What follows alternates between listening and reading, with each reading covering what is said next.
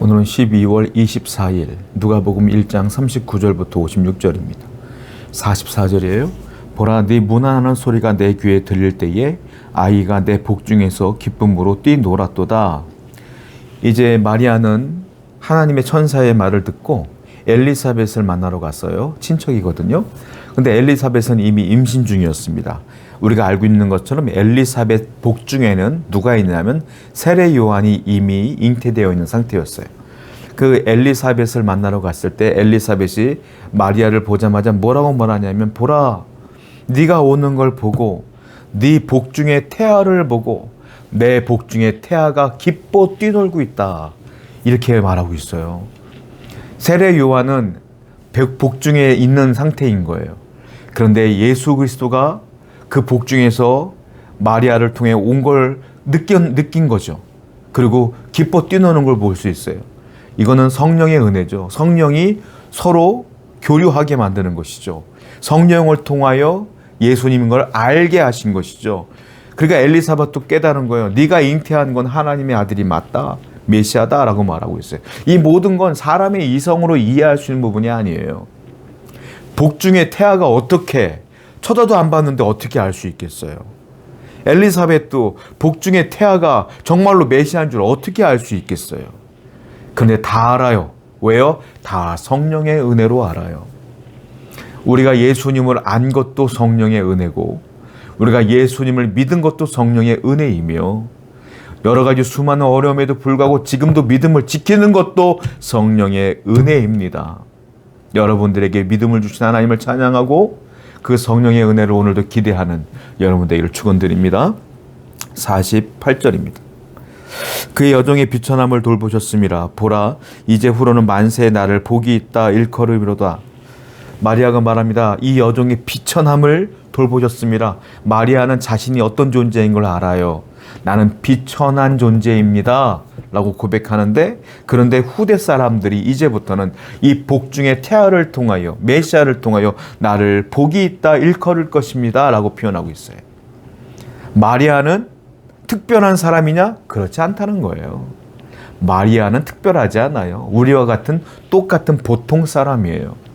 우리와 같은 똑같은 죄인이에요. 스스로도 고백해요. 나는 비천합니다. 나는 비천한 종입니다. 그런데 이 아들로 인하여, 이 메시아를 통하여 내가 후대 사람들에게 복이 있는 자라고 일컬음을 받게 될 것입니다 라고 말하고 있어요. 이 세상에 중보자는 딱 한 분뿐이 없어요. 중보자가 누굽니까? 하늘의 하나님과 땅의 죄인을 연결하는 게 중보자예요.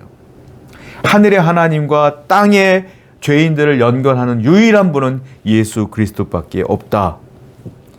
우리가 하나님을 보려면 예수님을 통하여 보는 것이고, 우리가 하나님을 믿는다는 것은 예수님을 통하여 믿는 거예요. 그래서 예수를 믿어야 구원받는 거예요. 중보자는 둘도 없어요. 딱 한 분이에요. 예수님뿐이 없어요. 어떤 분들은 마리아도 중보자라고 말하는데 너무너무 잘못된 거예요. 마리아 스스로가 말해요. 나는 비천합니다. 이 세상의 중보자는 딱 예수님뿐이 없음을 기억하셔서 예수님만 붙들고 살아가는 여러분 되기를 축원드립니다. 51절. 그의 팔로 힘을 보이사 마음의 생각이 교만한 자들을 흩으셨고, 권세 있는 자를 그 위에 내리쳤으며, 비천한 자를 높이셨고, 줄이는 자를 좋은 것으로 배불리셨으며, 부자는 빈손으로 보내셨도다. 마리아는 하나님의 능력을 팔이라고 하는, 우리의 팔로 표현해요. 그의 팔로 힘을 보이십니다. 하나님의 권세와 권능을 보이십니다. 교만한 자들을 그 팔로 쳤습니다. 권세 있는 자들을 그 팔로 내리쳤습니다. 비천한 자들은 오히려 그 팔로 높이셨습니다. 줄인 자들은 그 좋은 것으로 이 팔로 다 배불리 먹이셨으며, 부자는 그 팔로 빈손으로 보내었습니다. 무슨 말이에요? 하나님이 다 했다는 거예요. 없는 자는 주셨고, 있어서 너무 교만한 자들은 내리쳤고, 하나님이 다 이 모든 힘을 가지고 일을 치르셨다 이 말이에요. 무슨 말이겠어요? 저나 여러분들이나 다 하나님의 장중에 있다 이 말입니다. 이 세상 모든 것들은 다 하나님의 팔에 있다, 장중에 있다, 손바닥 위에 있다. 그래서 우리는 하나님을 의지해야 된다라는 거예요.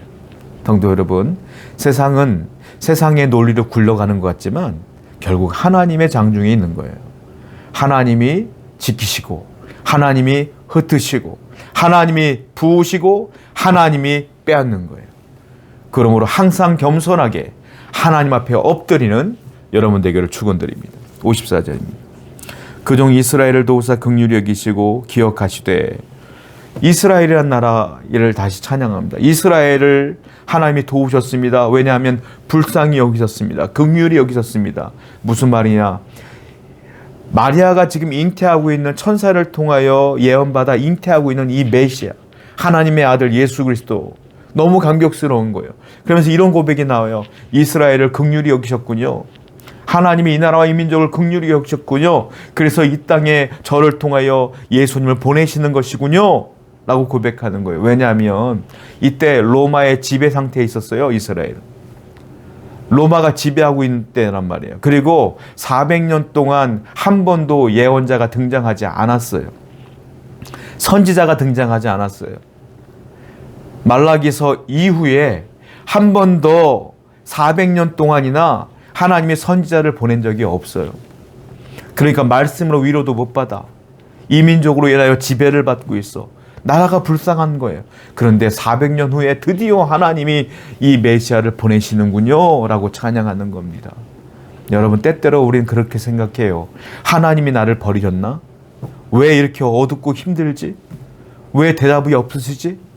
그러나 하나님은 다 기억하신 거예요. 기억하시고 있었고 그 상황을 다 보고 계셨어요. 그리고 타이밍에 맞춰서 메시아를 보내신 것처럼 여러분의 인생도 마찬가지예요. 다 보고 계셔요. 다 보고 계시고 여러분들에게 좋은 시간에 좋은 것으로 채워주실 줄로 믿습니다. 이걸 믿는 게 믿음이에요. 끝까지 믿고 승리하시길 바랍니다. 56절입니다. 마리아가 석 달쯤 함께 있다가 집으로 돌아가니라.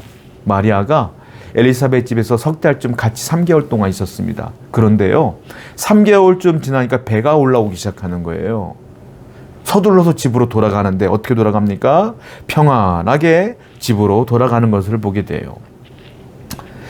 왜냐하면 아직 결혼도 안 한 처녀가 배가 불러오면 사람들한테 큰 환난과 핍박을 받기 때문에 그렇습니다.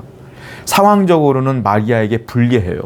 마리아는 이제 고난과 환난이 기다리고 있어요. 사람들한테 수많은 욕을 얻어먹을 준비가 돼 있어야 돼. 그런데 놀라운 건 평안하게 집에 들어갔어요.